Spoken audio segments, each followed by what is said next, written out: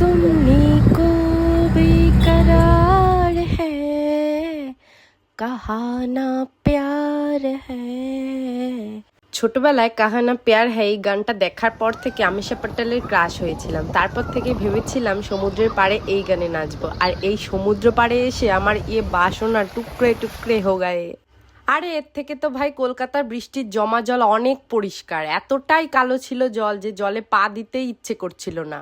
আমরা বিকেল বেলাটায় চলে গিয়েছিলাম কালাম বিচে। কি আর করা যাবে, নাচতে তো আর পারলাম না, বেঁচে থাকলে অবশ্যই নিকোবরে গিয়ে নাচবো। এখানে অনেক উট ছিল আর পূর্ণা বায়না করছিল উঠে উঠবে। আমি প্রথমে না করলে ওর জন্য উঠেছিলাম, কিন্তু সঙ্গে সঙ্গেই নেমে গিয়েছিলাম, কারণ উটটার অনেক কষ্ট হচ্ছিল। আর কোথাও গিয়ে আর কোনো পশুর রাইড করব না, শুধু ঘোড়ায় উঠবো। তারপরে পূর্ণাকে গাড়ি রাইডটাই করালাম।